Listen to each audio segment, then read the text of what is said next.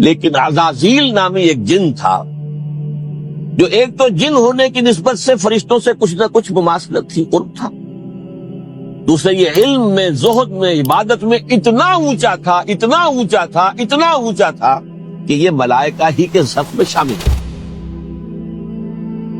اس نے عالم بغاوت بلند کر دیا۔ جب حکم دیا گیا کہ سجدہ کرو آدم کو، اب یہ دیکھیے کس قدر یہ اہم مضمون ہے، اور آپ سوچ رہے ہیں یہ باتیں آج پہلی مرتبہ ہمیں اس طرح سنائی جا رہی ہیں، یہ باتیں تو علم میں آتی نہیں ہمارے۔ وجہ کیا ہے؟ آپ کو دلچسپی نہیں ان چیزوں سے۔ جدید تہذیب نے ان چیزوں کی اہمیت کو زیرو کر دیا۔ قرآن میں اہمیت کا کیا عالم ہے؟ 7 جگہ یہ مضمون قرآن میں آیا۔ یہ فرشتوں کو ہم نے حکم دیا سجدہ کرو آدم کو، سب نے سجدہ کیا۔ فسجد الملائکۃ کلھم اجمعون، سارے کے سارے، کل کے کل، سب نے مل کر سجدہ کیا آدم کو۔ اللہ کے حکم سے فوراً تعبیل کر دی، الا ابلیس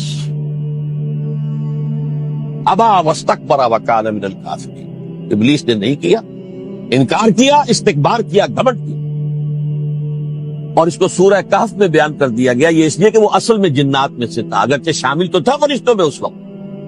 کانا من الجن ففسق عن امر ربہ، وہ اصل میں جنات میں سے تھا، اس وجہ سے وہ اپنے رب کے اس فیصلے کے خلاف کھڑا ہو گیا، سرکشی تھی اس میں۔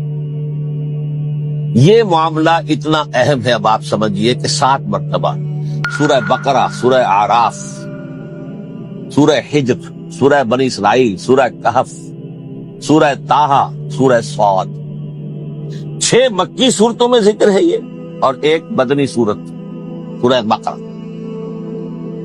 ان میں سے اکثر مقامات پر پھر جب اللہ نے کہا کہ اچھا تم نے یہ سرکشی کی ہے اور ہمارے حکم کی خلاف ورزی کی ہے تو یہاں سے نکل جاؤ، دفع ہو جاؤ، تم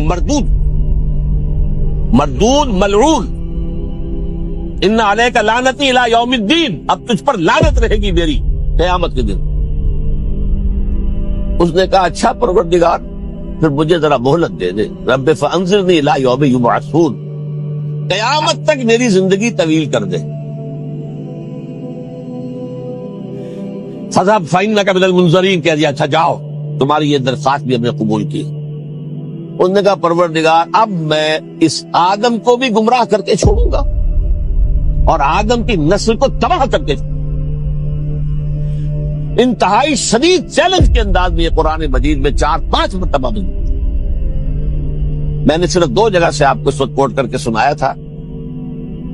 سورہ اعراف میں اللہ تعالیٰ فرماتے ہیں قالا، اس پر ابلیس نے کہا فبما اغویتنی، تو اے رب جو تو نے مجھے گمراہ کیا ہے، مجھے دلیل کر دیا، مجھ پر فوقیت دے دی، اس کو انا خیر منہ، میں اس سے بہتر ہوں، خلقتنی من نار وخلقتہ من طین، بنایا تو نے مجھے آگ سے اور اس کو بنایا مٹی سے، پھر مجھ سے مطالبہ کہ میں سجدہ کروں، اور میں نے سجدہ نہیں کیا تو اب تو نے مجھے ملعون قرار دے دیا۔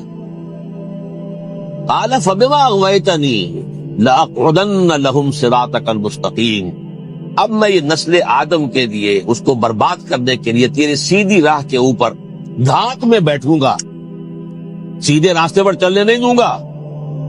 ثم لآتینہم من بین ایدیہم، پھر میں ان پر حملہ آور ہوں گا، ان کے سامنے سے بھی، ومن خلفہم، ان کے پیچھے سے بھی، وعن ایمانہم، ان کے داہنی جانب سے بھی، وعن شمائلہم، اور ان کے بائیں جانب سے بھی، ولا تجد اکثرہم شاکرین، اور تو دیکھے گا کہ ان کی اکثریت تیری شکر گزار بندوں پر مشتمل نہیں۔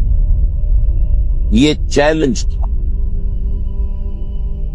اور ایک چھوٹا سا چیلنج جو سورہ صاد میں آیا ہے، اور یہاں تو اس نے اللہ کے جلال کی قسم کھا کر کہا قال فبعزتک لأغوینہم اجمعین، اے رب تیری عزت، تیرے جلال کی قسم ہے میں ان سب کو گمراہ کر کے چھوڑوں گا، الا عبادک منہم المخلصین، سوائے ان میں سے وہ کچھ لوگ جنہیں تو خالص اپنا بندہ بنا لے، جنہیں تو اپنا بندہ بنا لے، مخلص نہیں، مخلص یہ مفعول ہے، فاعل نہیں ہے، جسے تو بنا لے۔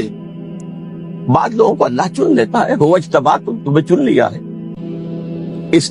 اجتباء، وہ بچیں گے جن کو تو اپنی خاص امان میں لے لے گا، باقی میں سب کو گمراہ کر کے چھوڑوں۔ یہ ہے اصل دنیا میں نوع انسانی کا ابدی دشمن، ازلی سے ابدی تک۔ اور اس میں نوٹ کیجئے کہ اس کی اصل بنیاد کیا ہوئی؟ دو لفظ، تکبر اور حسد۔ استکبرا، تکبر کیا، انا خیر منہ، میں اس سے بہتر۔